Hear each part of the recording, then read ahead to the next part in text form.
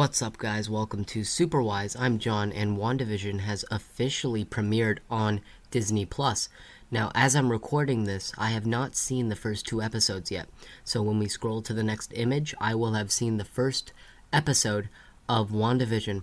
I'll go over my quick overall thoughts, and then we'll dive into spoilers if I feel like we need to talk about spoilers. So with all that out of the way, I'll see you in 30. Okay, wow, I just finished the first episode, and I absolutely freaking loved it. It was amazing. You know, recently I was talking about the MCU and how it's samey and generic and formulaic. Well, I'm eating my words now because Kevin Feige gave us this. He listened to the people who said that, and he said, you know what? Boom, WandaVision. First off, the 1950s sitcom vibe was just incredible. I mean, personally, I've watched these sitcoms like I Love Lucy and The Honeymooners, and WandaVision beautifully recreates the magic of old Hollywood. How it's in black and white and the aspect ratio, I mean, everything about this is just amazing. The comedy is very reminiscent of the comedy in the 1950s sitcoms, and every time in this show there was a joke, it landed. Paul Bettany and Elizabeth Olsen are fantastic in this show. Their comedy works, their chemistry works, and Vision, Paul Bettany actually does comedy really well. He made me laugh. And also, one of my common complaints of the MCU currently is that there's way too much CGI. Well, WandaVision remedies that, and does it like how they did in the 1950s, with practical effects, and it looks real, and it looks great, and I was genuinely happy with this episode. This show just puts a smile on my face, and that's just the best thing a show could do. So no real spoilers for me to talk about. This is a pretty straightforward episode, except for one MCU reference. If you don't want to know about it, stop watching.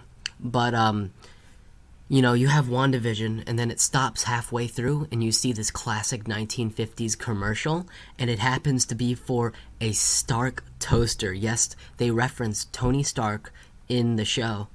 And so, in this commercial, the advertiser, he puts bread in the toaster, and then he presses it down, and all you can hear is pa-choo! Like the classic Iron Man repulsor. It was just the cherry on top of the whipped cream. It was just... wow, this episode is great.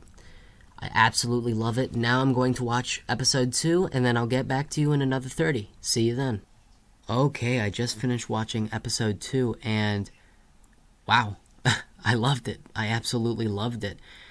It was basically episode 1. It's still in the 1950s sitcom vibe, and there's no problem with that. Just take everything that was amazing about episode 1 and put it here. The key difference is that episode 2 provides more teases to the overall plot of the series, providing lots of great mystery and suspense to what's coming. So now I'm going to be getting into spoilers, so if you don't want to hear them, watch the first 2 episodes and then come back here and we'll talk.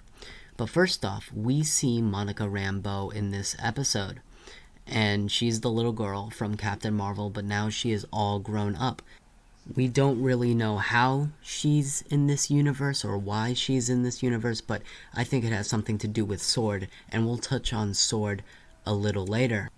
But anyway, by the end of the episode, Scarlet Witch gets Prego, and everything turns to color. It used to be the black and white 1950s sitcom vibe, but now we're in the 70s era, I am assuming, so we'll probably see that era next week on Friday. But anyway, Wanda and Vision hear a noise outside. They go outside to look, and they find a beekeeper, and he has the S.W.O.R.D. logo on the back of his suit.